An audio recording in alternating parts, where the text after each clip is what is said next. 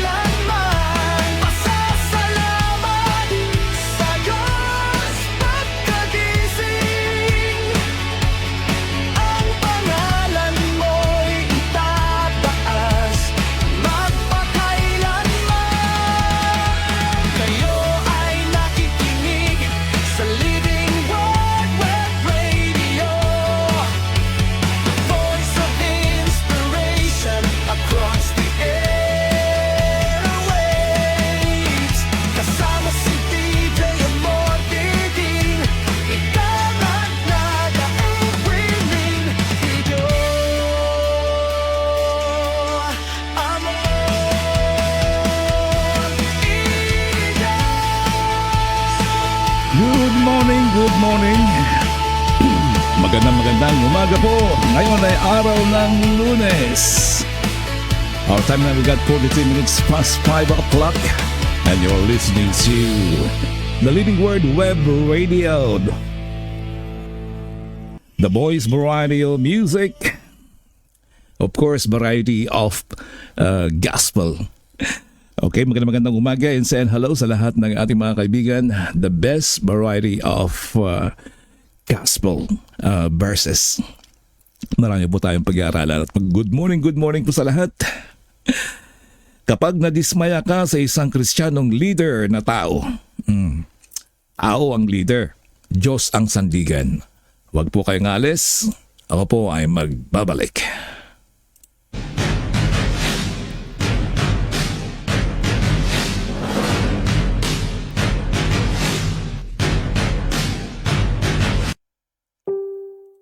Good morning, magandang umaga po sa lahat ng ating mga kaibigan. Of course, and hello mula dyan sa ating mga dating mga kaibigan at mga kapatid na laging nandyan. Si Ma'am Caroline, Ma'am Rowena, Ma'am Alma, and Ma'am Jing, and of course kay Ma'am Lerma. Alright, at greetings po kay Ma'am Edna. At siyempre ang beloved mother ng ating one of the great sponsors, si Ma'am Caroline. Kung sila'y nanonood ngayon from Santo Tomas, naalala ko tuloy noong bata kami. Ang tawag namin sa kanya ay si Apong. Ay, hindi naman Apong kasi Manang. Manang Lydia. Santo Tomas. Okay, sa lahat pa ng mga kaibigan natin dyan, kasama na rin si LB. Ayan, si LB. Kumusta po kayo? Kumusta po ang buhay-buhay natin? Magandang umaga po. Ngayon ay araw ng Lunes. Bilis ng panahon. 6/22/2026. June 22 na. Ilang araw na lang ay lilipas na naman. Malalagas na naman ang isang dahon ng kalendaryo ng 2026. Ako po inyong kaibigan sa Himpapawid, Pastor DJ Amordi. At ako po ay maghahatid sa inyo ng napakagandang mensahe o balita na ating pagsalusaluhan ngayong umaga. Okay, meron tayong isang pinakaunang greetings.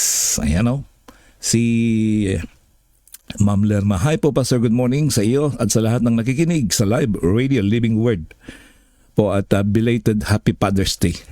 Hindi pa naman late.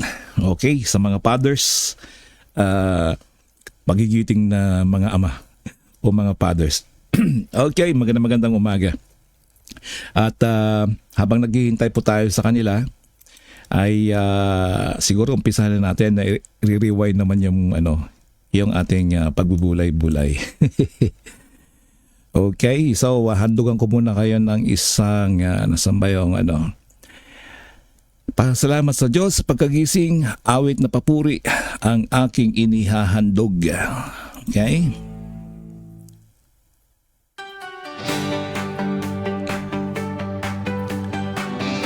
Tayo po ay kailangan magpuri at magpasalamat sa ating pagkagising.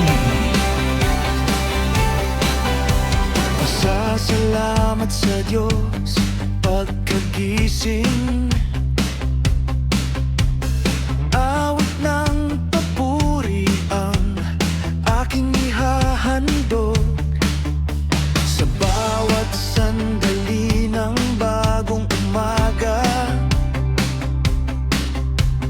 Katapatan mo'y aking ipahahayag. Ikaw ang dahilan ng aking pagbangon. Ikaw ang lakas ng aking paglilingkod. Pasasalamat sa Diyos pagkagising. Amen. Pasalamatan natin ang ating Diyos sa tuwing pagkagising natin. Ikaw ay natulog pero ang nagdedesisyon na ikaw ay gigising muli ay ang ating Diyos. Dahil nasa Kanya ang buhay natin. Kung wala ang ating Panginoon, Siya ang lumalang at nag-create sa ating buhay. At darating ang panahon na kunin din niya ang ipinahiram na buhay. Kaya lahat ng kapurihan ay ibalik natin sa ating Panginoon. Kilalanin natin siya bilang Panginoon at tagapagligtas ng ating buhay.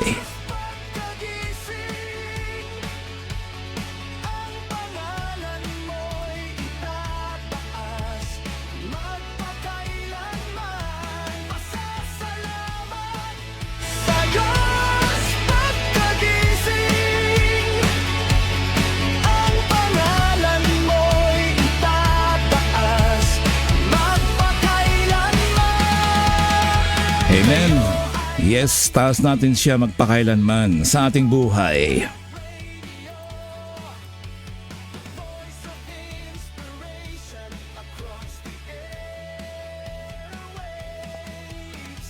Amen.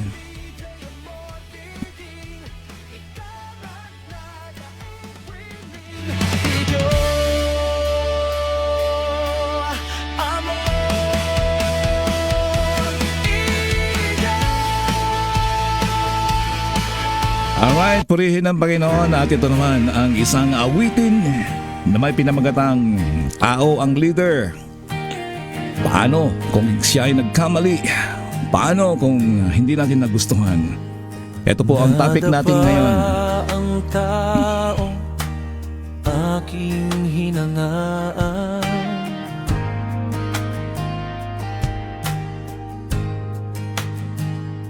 nagkaroon ng lamat ang aking pananaw.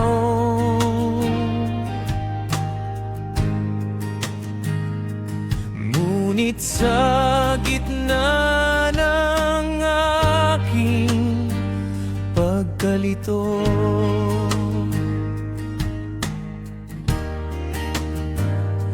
ikaw pa rin, Panginoon, ang totoo.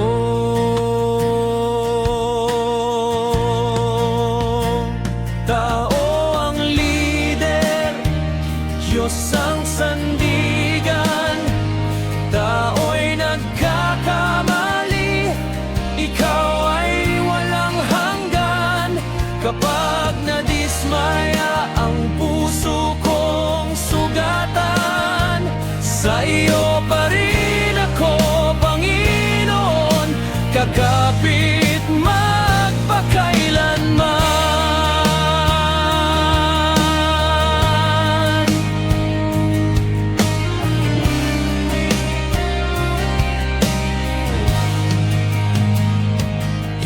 sa tao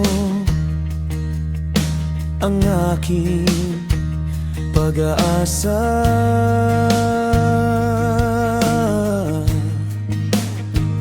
Kundi kay Kristo na tapat magpakailanman.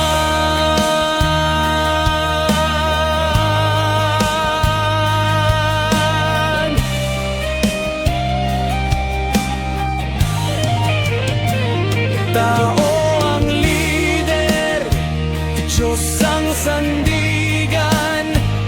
Tao'y nagkakamali, ikaw ay walang hanggan. Kapag nadismaya ang puso kong sugatan, sa iyo pa rin ako, Panginoon, kakapit magpakailanman. Amen. Ayan po ang tracks na kapag nadismaya ka sa isang Kristiyanong leader. Mga minamahal na kaibigan, mga kapatid, tao ang leader. Diyos ang sandigan. Okay. Good morning sa mga bagong dating po. Magandang umaga po sa inyong lahat. Ang oras po natin, we got more 7 minutes before 6 o'clock in the morning. At tayo po ay magsisimula na sa ating gawain. I'll be right back.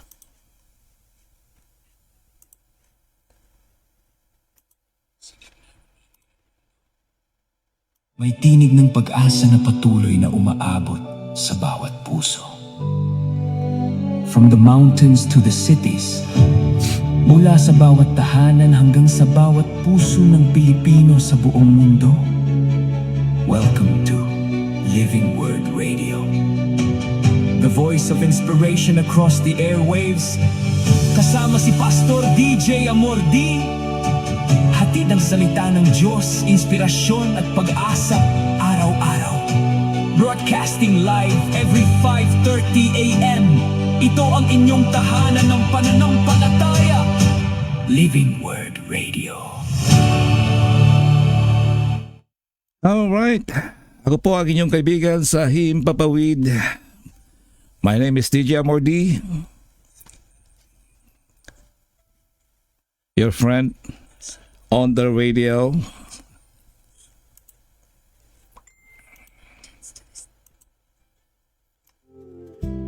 At muling sama-sama po tayo sa ating pagbulay-bulay. At narito na po ang ating Word of God na may pinamagatang kapag nadismaya ka sa isang Kristiyanong leader, tao ang leader, Diyos ang ating sandigan. Na kung saan ay naging controversial po. Hindi naman may kakailan na ang ating isang senador, actually, hindi lang si Senator Villanueva, Joel Villanueva. No? Namit ko po siya sa Dubai sa kanyang pagbisita sa mga ibang churches noon sa GIL Dubai. Malawak at malaki po ang kongregasyon doon. Anyway, hindi ko naman kaibigan personally si Pastor or Senator Villanueva. Pero yun nga, nagkaroon ng kabigatan at ito yung napapanahon na pinag-uusapan ngayon. At ganoon din si Alan Peter Cayetano na kung saan ay pinag-uusapan din ang or nagko-quote din siya ng Bible and isa siyang tagapaglingkod.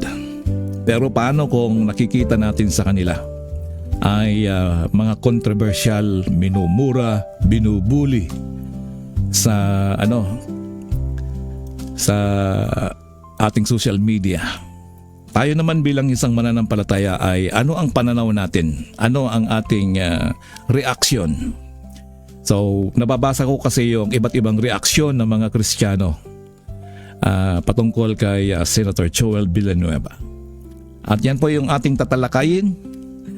Ang titulo po ng ating pagbubulay-bulay, kapag nadismaya ka sa isang Kristiyanong leader, ang sabi ko nga ay tao ang leader, Diyos ang ating sandigan. So hindi lamang yung mga senador, maging ang ating mga kapwa pastors, mga leaders o kapwa Kristiyano.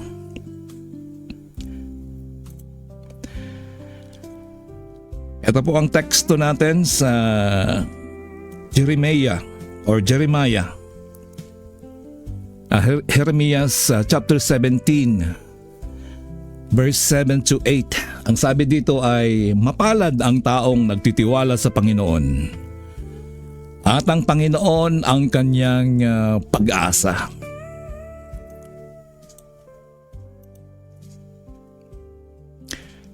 Mga kapatid, naranasan mo na bang humanga sa isang leader, pastor, senador, o mga taong ginagamit ng Diyos, ngunit dumating ang panahon na hindi mo na nagustuhan ang kanyang naging desisyon? Naranasan mo na bang magsabi, bakit niya ginawa yun? Akala ko ba iba siya? Nadismaya ako sa kanya.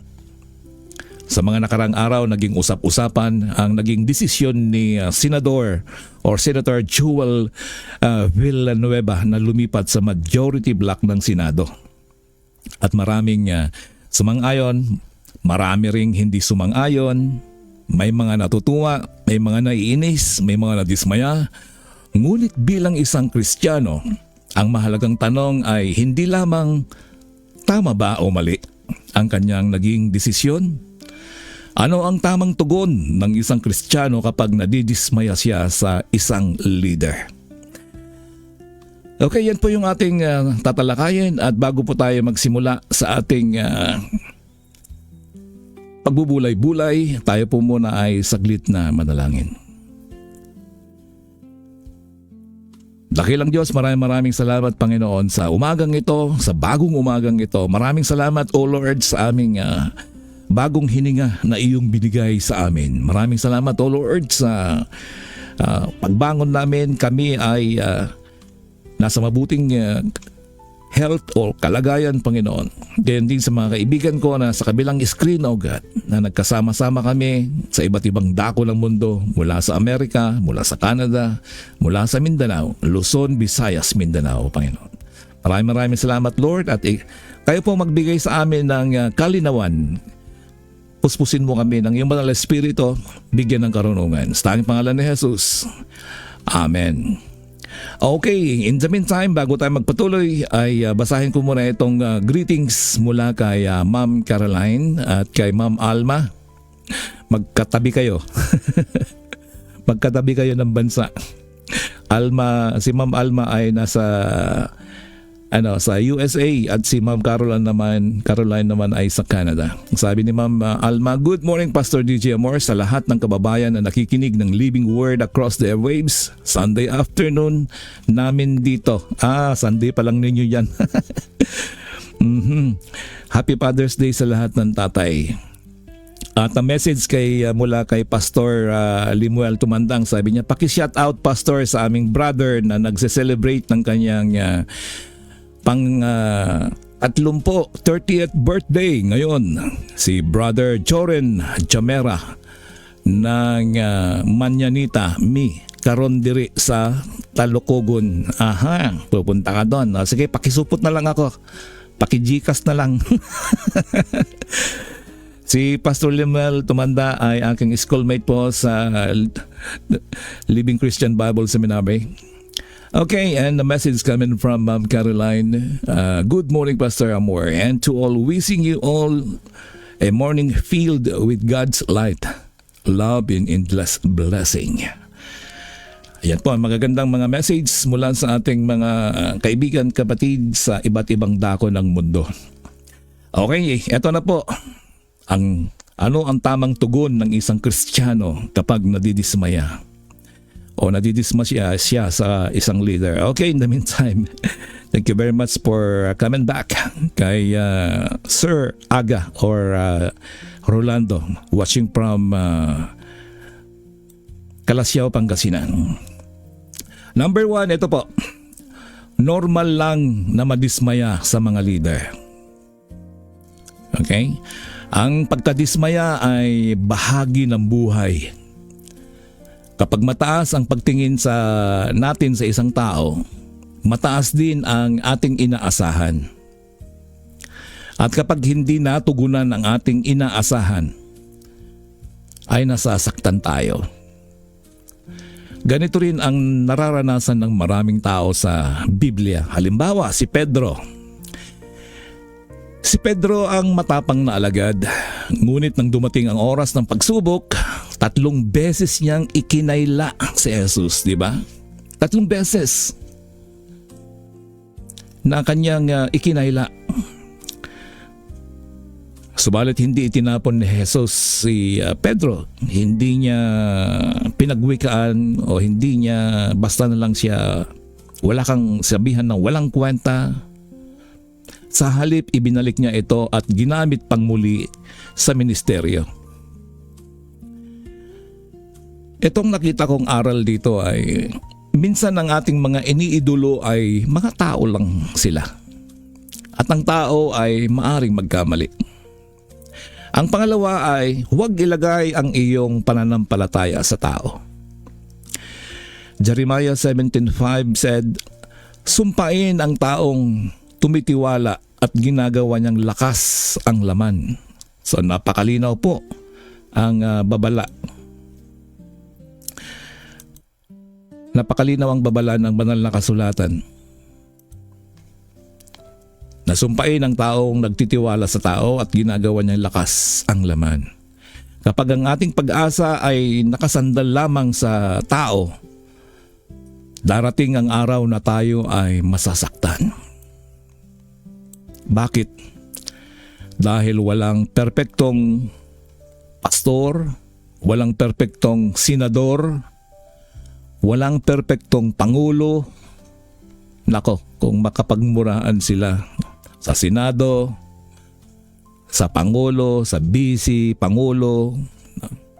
Wala pong mga perpektong leader, mga minamahal na kapatid. Ang Biblia ang nagsasabi niyan. Ang tanging hindi nagbabago ay si Kristo. Bigyan ko kayo ng isang ilustrasyon. No? Parang sumakay sa bangkang gawa ng tao. Kahit gaano pa kaganda at ang pagkakagawa. Yung Titanic, di ba? Sabi niya, kahit Diyos ay hindi daw kayang itumba or kayang ilubog yung bangkang ginawa niya dahil magaling siyang engineer na gumawa ng Titanic. Pero ano pong nangyari? Lumubog, di ba? So maaari pa rin itong magkaroon ng tagas. Ang sabi dito, kahit gaano pa kaganda ng pagkakagawa, maaring mabutas at lumubog. Ngunit kapag si Kristo ang iyong pundasyon, ay para kang nakatayo sa matibay na bato. Hindi ka madaling matitinag. Ang pangatlo po ay maaari tayong hindi sumang-ayon ng hindi naninira. Alam mo, pag nagbasa ka sa Facebook, no, nag-browse ka, ang dami mong mababasa yan. Muntik-muntikan ka na lang na makikipag-away. Meron ako isang kaibigan niya nakikipag-away sa cellphone. O sabi ko, ba't kasimangot ka? Nakikita ko doon sa yung mga post, no, mga reaction doon, no, kasimangot. Talagang nakikipagmurahan.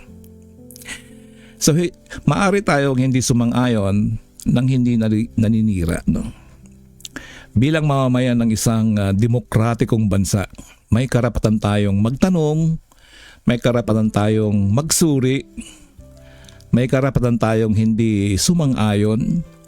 Ngunit bilang isang Kristiyano ay hindi tayo tinawag upang manira. Ang sabi sa Efeso chapter 4 verse 29 ay huwag kayong gumamit ng masasamang salita. Minsan nagiging expression na lang natin talaga yung PI, yung mura, no? Maaari nating sabihin, hindi ako sang-ayon sa kanyang naging desisyon. Ngunit hindi natin kailangang sabihin, walang kwenta yung taong yan, nadismaya ako dyan, masama siyang tao, lilipat na ako ng simbahan. Mga minamahal na kaibigan, mga kapatid, magkaiba ang pagsusuri at paninira.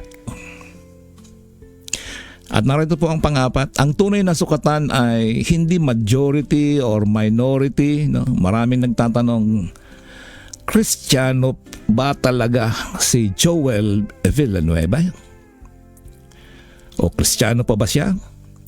Ngunit hindi nasusukat ang pagiging Kristiyano sa pagiging majority or minority. At hindi rin nasusukat sa pagiging sikat o hindi sikat. Ang sukatan ay integridad, katapatan, pagmamahal sa Diyos, pagmamahal sa kapwa, at pinakahigit ay pagsunod sa katotohanan. Ang sabi sa banal na kasulatan ay i-keep natin yung integridad at yung katapatan natin kahit walang nakakita. Subalit maraming nagtatanong, bakit ganoon? Bakit nangyaring ganoon? No? Di ba pare-parehas na nagko-quote ng Biblia, tinaguri ang mga pastor sila. Ito po sa mga minamahal kong mga kaibigan, no? Hindi porket pastor, katulad tinawag na pastor, hindi na ako nagkakamali. Pero ito ay paalala, kaya nga meron po tayong banal na kasulatan na nagre-remind, nagpapaalala sa atin yung mga dapat nating gawin na pagsunod sa katotohanan. Sa Matthew 7 verse 16, sa kanilang mga bunga, ang sabi dito, ay makikilala ninyo sila. Hindi isang desisyon lamang ang dapat tingnan, kundi ang kabuuan ng buhay. Minsan kasi pag may nakita ka, hindi mo pa nababasa yung kabuuan. May nakita ka lang doon na isang parte o isang linya, nagpanting na yung tenga mo o isinare mo na sa social media. Kailangan po natin tingnan yung kabuuan. Ang panglima po na reaksyon ng mga Kristiyano, ang reaksyon ng mga Kristiyano. Tayo po ay tinaguri ang Christian nation. Sa mga nakalap na reaksyon natin sa Facebook, may mga Kristiyanong nadismaya. May ilan na nagsasabing mataas ang kanilang inaasahan kay Senador Joel Villanueva dahil sa kanyang Christian background. May iba namang nagsasabing dapat muna nating tingnan ang pagiging bunga ng kanyang paglilingkod bago tayo humatol. Maging ang kanyang ama na si Brother Eddie Villanueva ay nagpayo lamang ng sabi niya, sundin mo ang iyong konsensya. Follow your conscience. Hindi niya pinili ang galit, hindi niya pinili ang pagkundina. Pinili niya ang paalaala na sundin ang konsensya sa harap ng Diyos. At ang pang-anim ay, ang mas mahalagang tanong, hindi nasaang political block siya. So ito pa yung mahalagang tanong, hindi nasaang political block siya ngayon, kundi nananatili ba siyang tapat sa Diyos at sa kanyang konsensya? At para sa atin naman ay, nananatili ba tayong nagtitiwala sa Diyos kahit na nadismaya o nadismaya tayo sa isang leader o sa isang tao? Dahil ang problema minsan ay hindi ang pagkakamali ng leader. Ang problema ay ginawa natin silang sandigan ng ating pananampalataya. Masyado tayong naka-attach.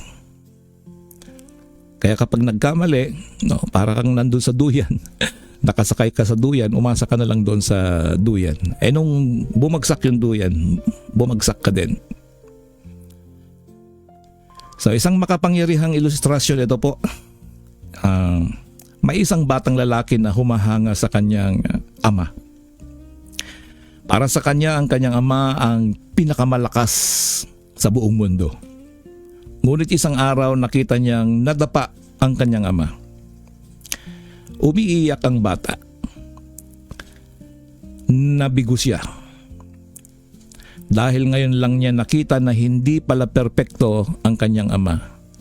Ngunit sinabi ng kanyang ina, "Anak, hindi dahil nadapa siya ay tumigil na siyang maging mabuting ama." Gayon din minsan ang ating mga leader.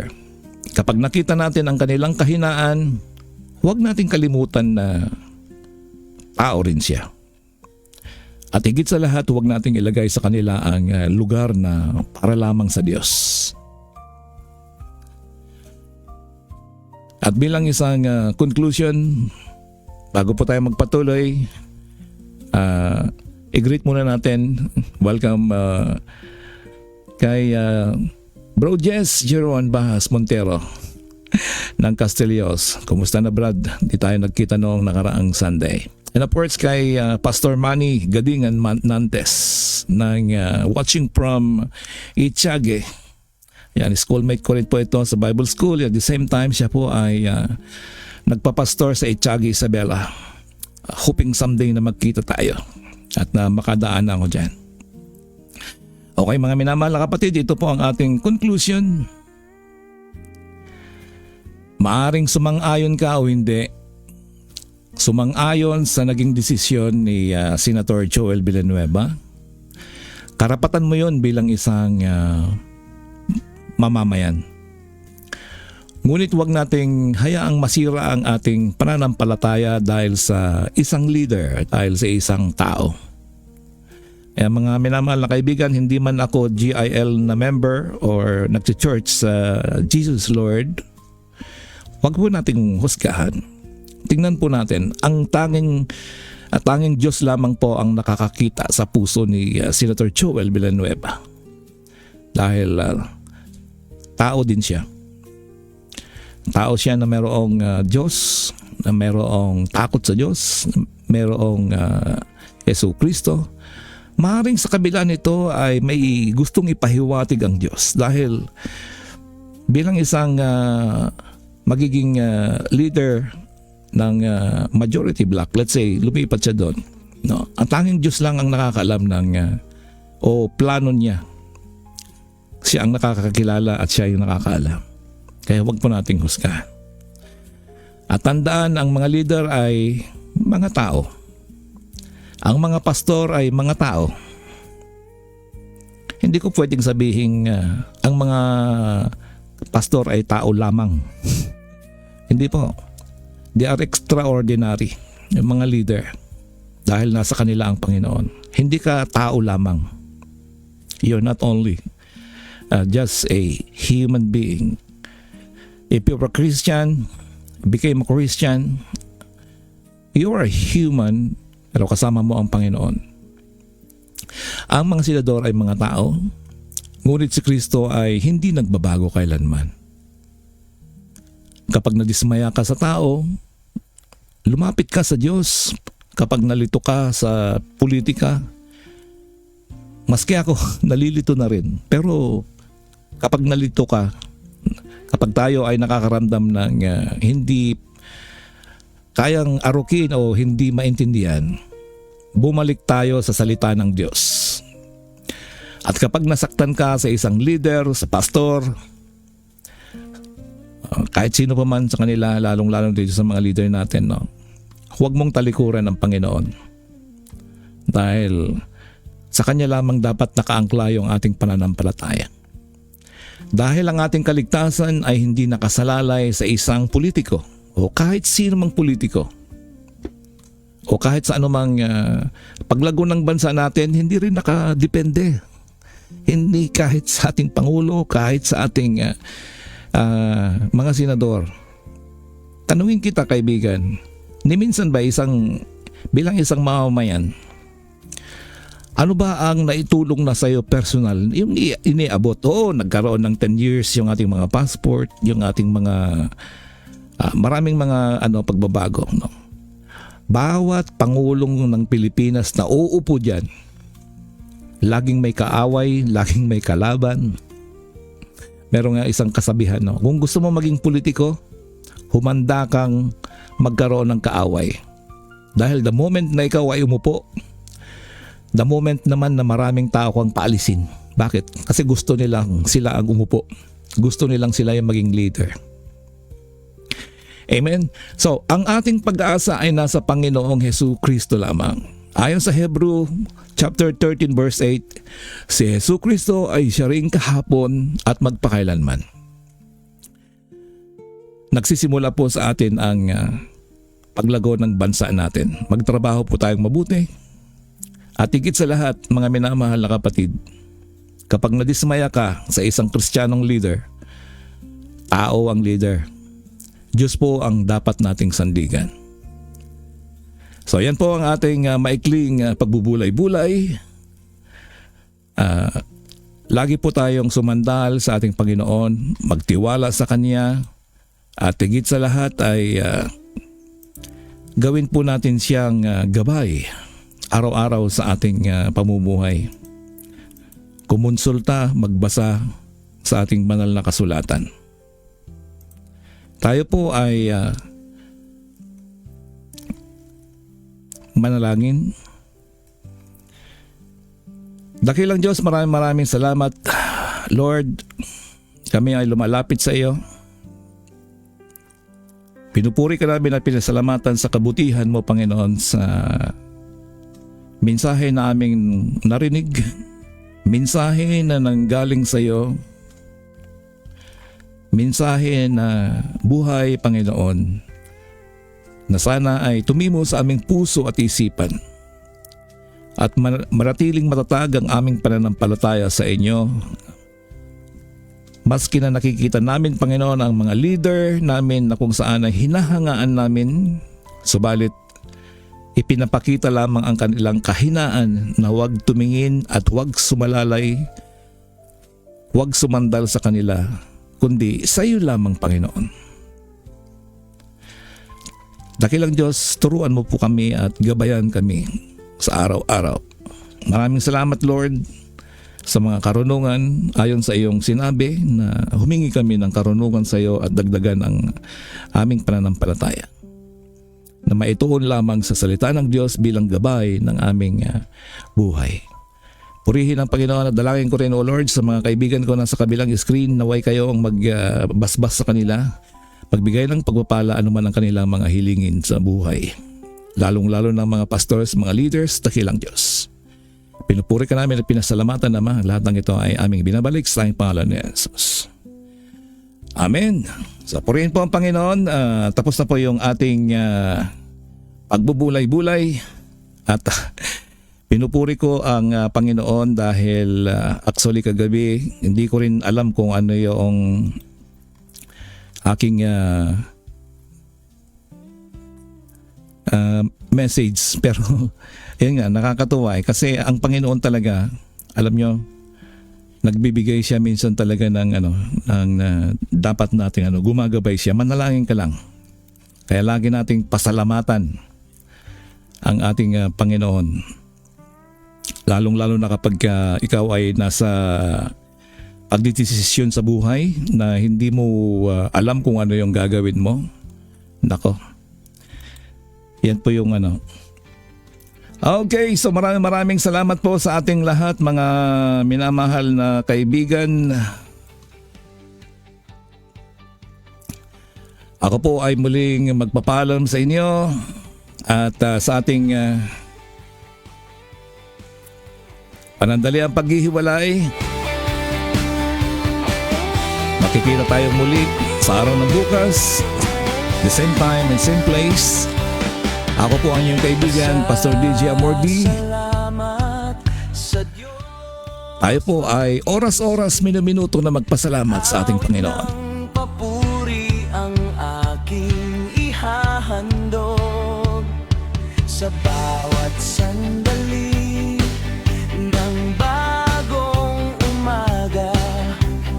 Katapatan mo'y aking ipahayag. Ikaw ang dahilan ng aking pagbangon. Ikaw ang lakas ng aking paglilingkod. Pasalamat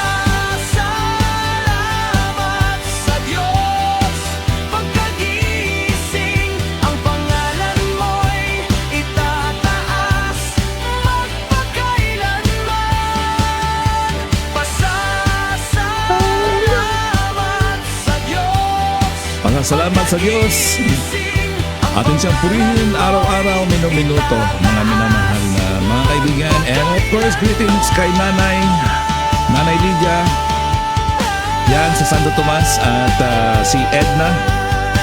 Purihin po ang Panginoon at nagkasama-sama po tayo on air, online. Sa mga kaibigan, kay Ma'am Alma, thank you very much for watching. Kay Sir Jake from Calasiao, Ma'am Caroline, Ma'am Lerma, Pastor Manny, Brother Chess, Ma'am Benchito Liam, and of course kay Pastor Linuel Bernardo Soprifeña. Meron tayong isang bagong kaibigan. Thank you very much for tuning in. Okay, so ayan, kay Ma'am Jean Blanquera, Rowena Sombrito, at sa lahat ng mga nakikinig sa labas ng ating group chat. Okay, kita-kits ulit tayo bukas. Maraming salamat muli. God bless you. Mabuhay po tayong lahat. At bago natin po tayo magtrabaho, at least tayo po ay nagkaroon na ng pagkain spiritual sa umagang ito.